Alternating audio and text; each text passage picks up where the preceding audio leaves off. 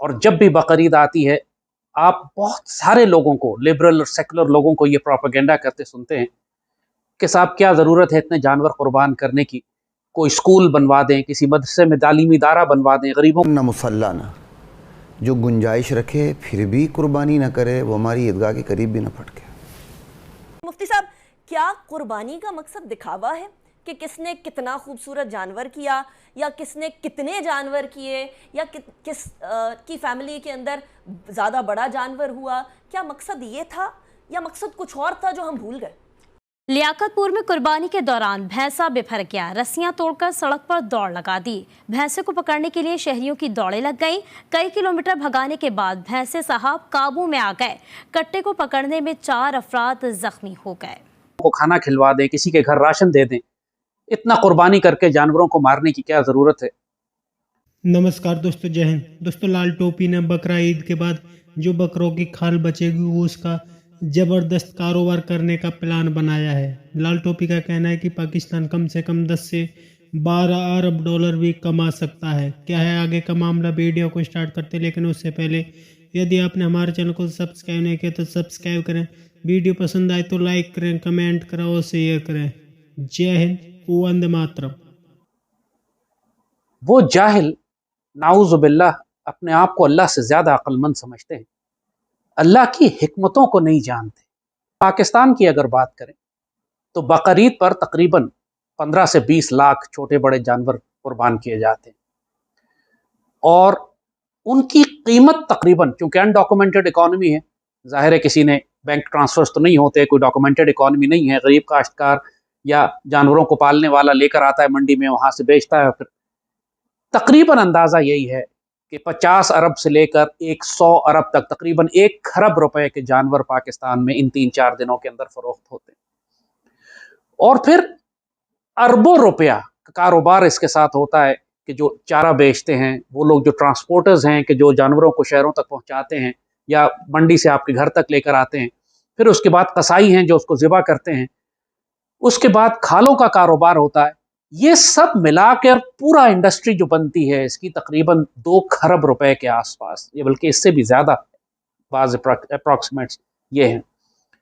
سوچئے یہ سب کا سب پیسہ، تقریباً 200 ارب روپیہ یا 300 ارب روپیہ امیروں کی جیبوں سے نکل کر 100% غربا میں تقسیم ہوتا ہے پورے معاشرے میں، کیونکہ جانوروں کا کاروبار کرنے والے بھی، ٹرانسپورٹرز بھی، چارہ بیچنے والے بھی، چھریاں اور ٹوکے بنانے والے بھی، اور اس کے بعد کوئلے بیچنے والے، اور اس کے بعد باربیکیو کا سامان تک بیچنے والے، اور اس کے بعد غریب جو کھاتے ہیں گوشت، 100% اتنا بڑا رزق یہ غربا میں تقسیم ہوتا ہے پورے ملک میں۔ اتنی بڑی ویلفیئر اسکیم چلتی ہے یہ، دنیا کی کوئی حکومت کتنے بھی ریاست کی طاقت استعمال کر لے، ایک دن میں لوگوں کو یہ مجبور نہیں کر سکتی کہ 200 سے 300 ارب روپیہ آپ نکال کر غریبوں میں تقسیم کر دیں۔ صرف اللہ کے ایک حکم کے اوپر پوری قوم کرتی ہے۔ حکومت مر جاتی ہے لوگوں سے ٹیکس نکلوانے کے لیے، لوگ ٹیکس نہیں دیتے، حکومت سختیاں کرتی ہے لوگوں پہ، قوانین بناتی ہے، خون چوس لیتی ہے، لوگ اپنی جیب سے پیسہ نہیں نکالتے۔ یہاں اللہ نے ایک حکم دیا ہے کہ سیدنا ابراہیم کی سنت میں، سیدی رسول اللہ کی اطاعت میں تم نے قربانی کرنی ہے، اور جیسے کہا 200 سے 300 ارب روپیہ، 3 خرب روپیہ معاشرے میں نکل کے امیروں کی جیب سے غریبوں میں چلا جاتا ہے۔ کائنات میں اس سے بڑی distribution of wealth, circulation of wealth کائنات میں ہو ہی نہیں سکتی، اتنے سے چھوٹے عرصے کے اندر اتنی زیادہ۔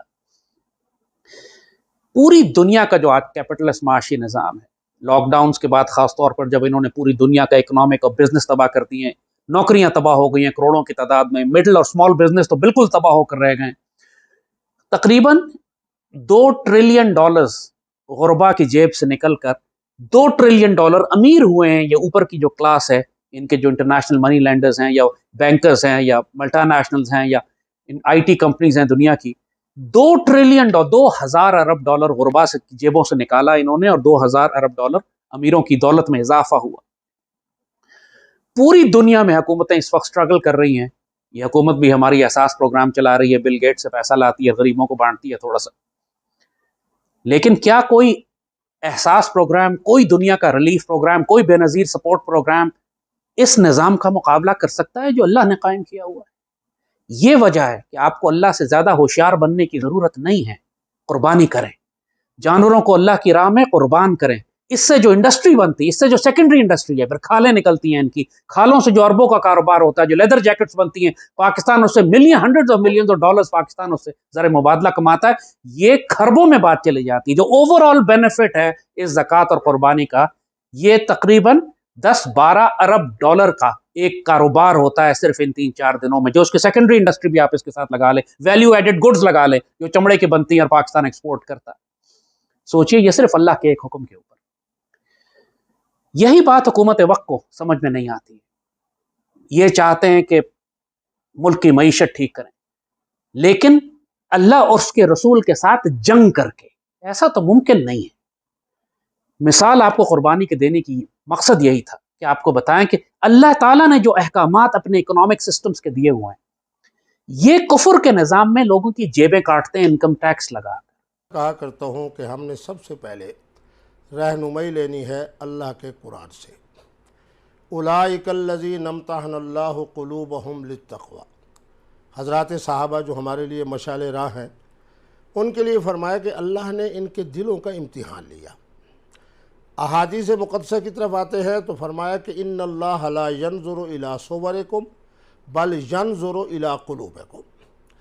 آپ خود جانتے ہیں اور تمام دیکھنے والے جانتے ہیں کہ اسلام میں اور ایمان میں جو بنیادی فرق ہے وہ یہی ہے کہ ایک بات ہے زبان کی, ایک بات ہے دل کی. تو معنی یہ ہے کہ سارے جو فیصلے ہونے ہیں تقدیر کی جانب سے, وہ فیصلے ہونے ہیں دل کے مطابق. اب دل کے اندر کیا کیفیت ہے, بلکہ اسی عید قربان کے حوالے سے وہ حدیث مبارک نگاہ کے سامنے آ گئی. فرمایا کہ یہ تمہارا خون بہانا, کوئی اچھے سے جانوروں کو لے کر آنا, گھر باندھ لینا, بچوں کو ساتھ جا کے اس کو گھمانا, اہل محلہ کو دکھانا. میں اس کو منفی انداز کی طرف نہیں لے کے جا رہا, میں مثبت انداز کی طرف لے کے جا رہا ہوں تاکہ دوسرے لوگوں کو تلقین ہو کہ وہ بھی اس طرح ایک اچھے جانور کو. لیکن اللہ نے کس طرح فیصلہ کرنا ہے, وہ آپ کے قلب کے مطابق, آپ کے دل کے مطابق, آپ کے ارادے کے مطابق, آپ کی نیت کے مطابق.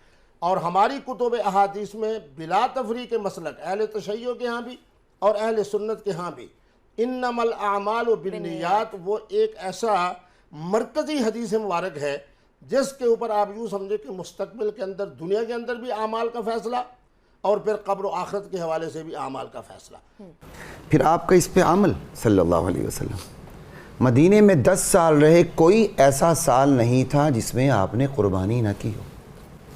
یہ امت کو آپ نے قولی طور پر بھی فرما دیا, اور اتنا سخت جملہ کہ گنجائش رکھنے کے باوجود جو قربانی نہ کرے وہ ہمارے عیدگاہ کے قریب نہ پھٹکے. اور پھر آپ کا عمل, اور کس دور میں عمل, جس دور میں ہماری معاشی حالت کیا تھی, اتنی تنگ دستی میں اور اتنی خطرناک معاشی حالات میں نبی کریم صلی اللہ علیہ وسلم نے قربانی کو نہیں چھوڑا.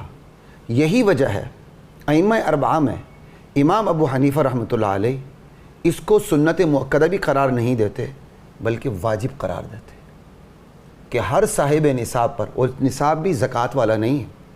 زکوٰۃ میں تو مال تجارت, نقدی, سونا چاندی دیکھا جاتا ہے. اس میں یہ کہ اس کے علاوہ بھی مال جو مال تجارت میں نہیں آتا, میراث میں کوئی پلاٹ پڑا ہوا ہے, 52.5 تولہ چاندی کے پر پہنچ جائے ضرورت سے زائد, اس پر قربانی واجب ہے. یہ ایک اب الگ ایشو بنتا ہے. جیسے اب آپ نے کہا اجتہاد پہ ہماری بات چل رہی تھی, تو اس پر بھی اجتہاد ہمارے ہاں کمزور ہیں, اجتہاد پہ کمزور ہیں, ماننا پڑے گا. جی ہم اجتہاد بخیر کمزور تو نہیں ہیں, اس سے میں حضرت آپ نہیں ہوں گے, لیکن تو سونے کا نصاب ہو کہ چاندی کا نصاب ہو, اگر ہم کمزور نہ ہوتے, ہمارے اتنے فرقے بھی نہ ہوتے. نہیں, فرقے تو نبی علیہ السلام کی حدیث ہے وہ تو ہوں گے. اور نبی علیہ السلام نے صاف فرمایا جب صحابہ پریشان ہوئے کہ وہ کون سا فرقہ جو جنت میں جائے گا, آپ صلی اللہ علیہ وسلم نے فرقے کا نام نہیں لیا دیوبندی, بریلوی, اہل حدیث یہ جائیں گے, بلکہ آپ نے صاف فرما دیا ما انا علیہ و اصحابی, جس راستے پر میں ہوں میرے صحابہ ہیں وہی جنت میں جائیں گے. پرابلم یہ ہے کہ ہر ایک اسی راستے پہ ہے. جی آپ یہ نہیں کہہ سکتے کہ کوئی اس راستے پہ نہیں ہے. وہ ایک الگ ڈیبیٹ ہے. جو قرآن کو پڑھے گا, ورڈ ٹو ورڈ پڑھے گا, بریکٹ کو چھوڑ دے گا, تفسیر کو چھوڑ دے گا, حضرت اب سمجھ آ جائے. قرآن پاک پہ آ جائیں, کیونکہ آپ نے حدیث کوٹ کی ابھی. قرآن میں کیا قربانی کے لیے ہمیں کلیئر انسٹرکشن ہے؟ بالکل کلیئر ہے. بتائیں. وَلِكُلِّ أُمَّةٍ جَعَلْنَا مَنْسَكًا, ہم نے ہر امت میں قربانی رکھی. یہ سورۃ الحج کی آیت نمبر 34 سے اگر میں نہ بولوں تو, وَلِكُلِّ أُمَّةٍ جَعَلْنَا مَنْسَكًا, ہم نے ہر امت میں قربانی کا حکم رکھ دیا. کیوں؟ اس کی وجہ بھی ہے لِيَذْكُرُوا اسْمَ اللَّهِ عَلَى مَا رَزَقَهُم مِّن بَهِيمَةِ الْأَنْعَامِ. تو دوستو دیکھا آپ نے کس طرح سے لال ٹوپی زبردست طریقے سے پاکستان کا کاروبار کرنے کا پلان بنا رہا ہے. لال ٹوپی کا کہنا ہے کہ بقرہ عید کے بعد جو بکروں کے اور گدھوں کی جو کھال بچے گی اس کا پاکستان کاروبار کر کے اس کے 10 سے 12 ارب ڈالر بھی کما سکتا ہے. لال ٹوپی کا کہنا ہے یدی پاکستان میں بکروں کی قربانی نہیں ہوگی تو اتنا پیسہ نہیں کم پائے گا، کیونکہ یہ لوگ چاہے سرکار کتنا بھی زور لگا لے لیکن سرکار کے کہنے پر نہیں نکال سکتے. عید کے ایک دن میں ہی یہ لوگ اربوں خربوں روپے نکال دیتے ہیں، جس سے پاکستان کو کافی زیادہ فائدہ ہوگا. ویسے بھی پاکستان اس وقت ٹیکس کے لیے ترس رہا ہے، کوئی بھی پاکستان میں ٹیکس دینے کو تیار نہیں ہے، لیکن بقرہ عید پر لوگ ہزاروں کروڑوں روپے خرچ کر دیتے ہیں، جس سے پاکستان کافی زیادہ فائدہ ہوگا. کیونکہ پاکستانی سرکار اس کے بعد جو کھال بچے گی اس کا کاروبار کرے گی اور اس سے پاکستان کو 10 سے 12 ارب ڈالر بھی مل سکتے ہیں. آپ کی کیا رائے کمنٹ میں ضرور شیئر کریں. یدی آپ چینل پر نئے تو چینل کو سبسکرائب کریں. ویڈیو پسند آئے تو لائک کریں، کمنٹ کریں اور شیئر کریں. جے ہند، وندے ماترم.